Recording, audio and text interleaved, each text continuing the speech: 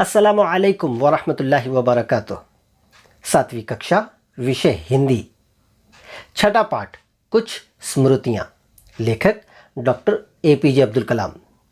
बच्चों, आज के इस वीडियो में इंशाल्लाह हम इस लेसन को पढ़ेंगे और समझने की कोशिश करेंगे। शुरू करने से पहले एक रिक्वेस्ट, अगर अभी तक आपने इस चैनल को सब्सक्राइब नहीं किया है तो प्लीज़ सब्सक्राइब कर लें। इसके लिए नीचे दिए हुए लाल बटन पर क्लिक करें और आने वाले बेल आइकन को ज़रूर दबाएं। और हाँ, वीडियो अच्छा लगे तो इसे लाइक और शेयर ज़रूर कर दें और कमेंट करके ज़रूर बताएं कि वीडियो आपको कैसे लगा। चलिए शुरू करते हैं। बिस्मिल्लाहिर्रहमानिर्रहीम। छठा पाठ, कुछ स्मृतियाँ, कुछ यादें। लेखक doctor APJ Abdul Kalam. मुसन्निफ doctor APJ Abdul Kalam. बच्चों, इस लेसन को लिखने वाले मुसन्निफ हमारे मुल्क के 11वें सदर जमहूरिया है, जिनका नाम डॉक्टर APJ अब्दुल कलाम है। चलिए इनके मुतालिक थोड़ी मालूमात हासिल करते हैं। जन्म, पैदाइश 15 अक्टूबर 1931, रामेश्वरम, तमिलनाडु। मृत्यु, इंतकाल 27 जुलाई 2015। रचनाएं, उनकी लिखी गई किताबें। अग्नि की उड़ान, छुआ आसमान। परिचय, तारुफ। डॉक्टर कलाम ने भारत के राष्ट्रपति पद को विभूषित किया था, यानी डॉक्टर कलाम को मुल्क के सदर जमहूरिया के लिए मुंतखब किया गया था। आपको भारत रत्न से सम्मानित किया गया था। हमारे मुल्क का सबसे बड़ा एजाज़, जिसे भारत रत्न कहा जाता है, उस एजाज़ से डॉक्टर APJ अब्दुल कलाम को नवाजा गया था। इस आत्मकथा अंश में, यानी इस सवाने उम्री के हिस्से में, लेखक ने, मुसन्निफ ने अपने बचपन की कुछ स्मृतियों को, यानी अपने बचपन की कुछ यादों को शब्दांकित किया है, लफ्ज़ों में बयान किया है। रामनाथपुरम में रहते हुए अय्यादुरै सोलोमन से मेरे संबंध एक गुरु शिष्य के नाते से अलग हटकर काफ़ी प्रगाढ़ हो गए थे। बच्चों, इस जुमले में मुसन्निफ अपने उस्ताद के मुतालिक ये कह रहे हैं कि रामनाथपुरम में रहते हुए मेरे ताल्लुकात अपने उस्ताद से, एक उस्ताद और एक तालिबे इल्म से आगे बहुत ज़्यादा बढ़कर जो है मेरे ताल्लुकात हो चुके, प्रगाढ़ हो गए थे, यानी बहुत ज़्यादा हमारे ताल्लुकात बढ़ चुके थे। उनके साथ रहते हुए मैंने यह जाना कि व्यक्ति खुद अपने जीवन की घटनाओं पर काफ़ी असर डाल सकता है। व्यक्ति, इंसान जीवन की घटनाओं पर, ज़िंदगी के हालात पर, ज़िंदगी में होने वाले वाक़यात पर काफ़ी असर डाल सकता है। अय्यादुरै सोलोमन कहा करते थे, जीवन में सफल होने, यानी ज़िंदगी में कामयाब होने और नतीजों को हासिल करने के लिए तुम्हें 3 प्रमुख शक्तिशाली ताकतों को समझना चाहिए। यानी तुम्हें 3 प्रमुख, अहम, शक्तिशाली, यानी ताकतवर चीज़ों को, बातों को समझना चाहिए।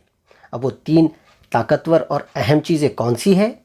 इसमें सबसे पहले इच्छा, यानी चाहत, आस्था, यकीन और विश्वास, भरोसा। श्री सोलोमन मेरे लिए बहुत ही श्रद्धेय बन गए थे। वो कहते हैं कि मेरे उस्ताद श्री सोलोमन मेरे लिए बहुत ही काबिले ताज़ीम बन चुके थे। उन्होंने ही मुझे सिखाया कि मैं जो कुछ भी चाहता हूँ, पहले उसके लिए मुझे तीव्र कामना करनी होगी। यानी मैं जो कुछ चाहता हूँ उसके लिए सबसे पहले उसके लिए मुझे तीव्र कामना, उसके लिए बहुत ज़्यादा चाहत करनी होगी। फिर निश्चित रूप से, फिर यकीनी तौर पर मैं उसे पा सकूँगा। मैं खुद अपनी ज़िंदगी का ही उदाहरण लेता हूँ, यानी मैं खुद अपनी ज़िंदगी का ही उदाहरण लेता हूँ, मिसाल लेता हूँ।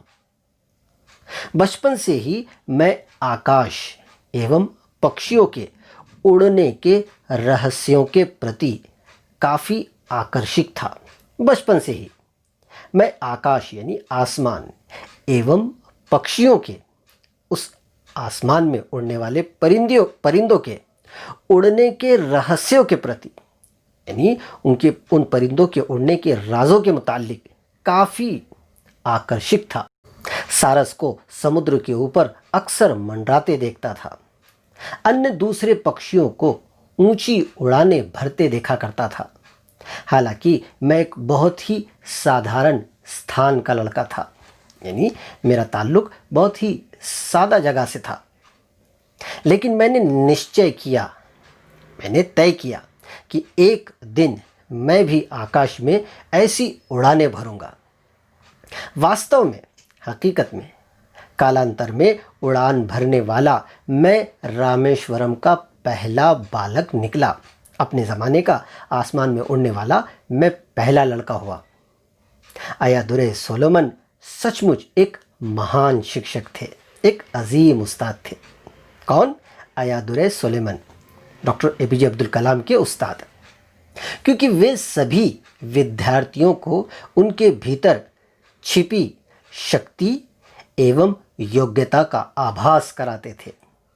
और वो अपने उस्ताद की खासियत बयान कर रहे हैं कि उनके उस उस्ताद की ख़ास बात ये थी कि वो अपने तालिबे इल्मों को, यानी विद्यार्थियों को, उनके भीतर उनके अंदर छिपी हुई शक्ति, उनकी ताकत एवं योग्यता, उनकी सलाहियतों का आभास कराते थे। उन सलाहियतों से और उनकी छुपी हुई ताकतों से जो है वो उन्हें आशना कराते थे, उसका एहसास दिलाते थे। किसे? बच्चों को। कौन कराते थे? उस्ताद। और उस्ताद का नाम क्या था? अय्यादुरै सोलोमन। सोलोमन ने मेरे स्वाभिमान को जगाकर एक ऊंचाई दी थी।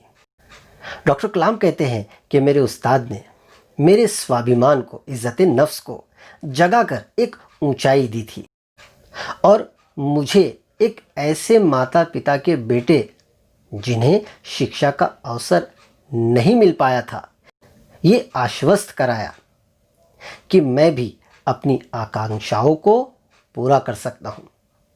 डॉक्टर कलाम कहते हैं कि मुझ जैसे एक ऐसे लड़के को जिसके वालिदैन अनपढ़ थे, उन्होंने ये एहसास दिलाया, उन्होंने ये बात सिखाई, ये एहसास दिलाई, आश्वस्त कराया, यकीन दिलाया कि मैं भी अपनी आकांक्षाओं को, अपनी उम्मीदों को पूरा कर सकता हूँ। वे कहा करते थे, निष्ठा एवं विश्वास से तुम अपनी नियति बदल सकते हो। वो कहते थे कि मकसद एवं विश्वास और यकीन से, भरोसे से तुम अपनी नियति को, यानी तकदीर को बदल सकते हो। बात उस समय की है जब मैं चौथी फार्म में था, यानी ये वाक़या उस वक्त का है जब डॉक्टर कलाम चौथी जमात में थे। सारी कक्षाएं स्कूल के अहाते में अलग अलग झुंडों के रूप में लगा करती थी। मेरे गणित के शिक्षक रामकृष्ण अय्यर एक दूसरी कक्षा को पढ़ा रहे थे। अनजाने में ही मैं उस कक्षा से होकर निकल गया। तुरंत ही एक प्राचीन परंपरा वाले तानाशाह गुरु की तरह रामकृष्ण अय्यर ने मुझे गर्दन से पकड़ा और भरी कक्षा के सामने बेंत लगाए, यानी सजा दी, बेंत की लकड़ी से पिटाई की। कई महीनों बाद जब गणित में मेरे पूरे नंबर आए, तब रामकृष्ण अय्यर ने स्कूल की सुबह की प्रार्थना में दुआ के मौके पर सबके सामने यह घटना सुनाई। किस वक्त?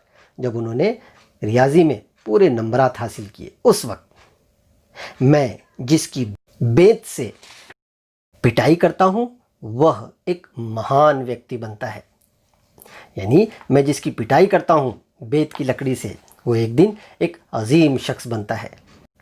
मेरे शब्द याद रखिए, मेरे इन अल्फाज को याद रखिए। यह छात्र विद्यालय और अपने शिक्षकों का गौरव बनने जा रहा है।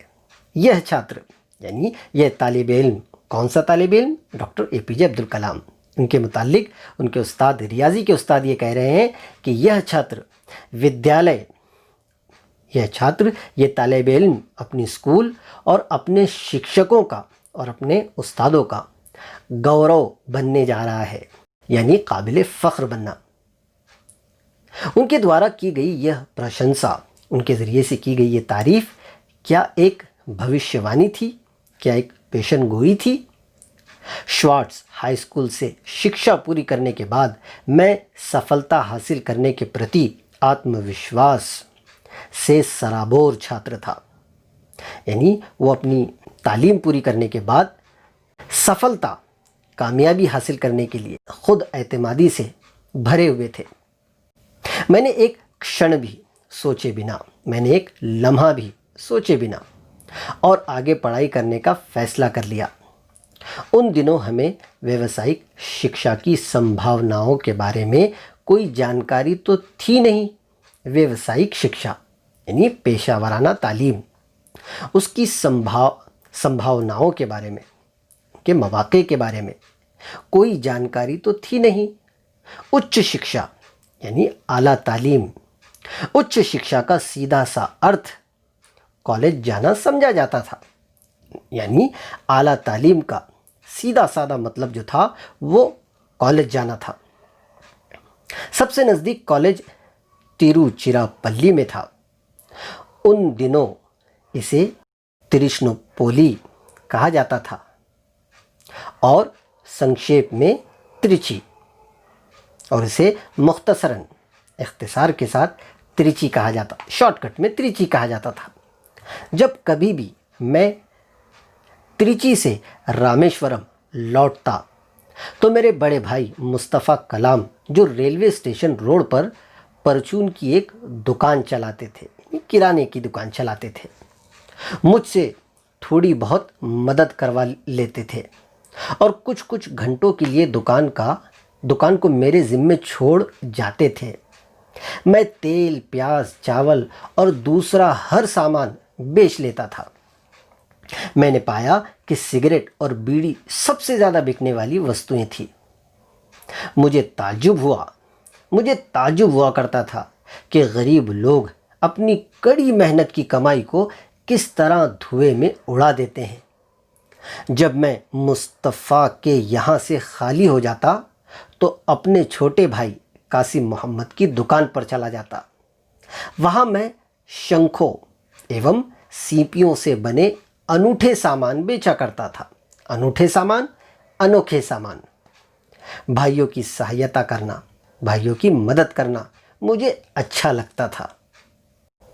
तो बच्चों, उम्मीद करता हूँ कि ये सबक आपको अच्छे से समझ में आ गया होगा और इस सबक से आपने बहुत कुछ सीखा भी होगा। इस तरह के और असबाक लेकर इंशाअल्लाह आपसे फिर मुलाकात होगी। तब तक के लिए शुक्रिया।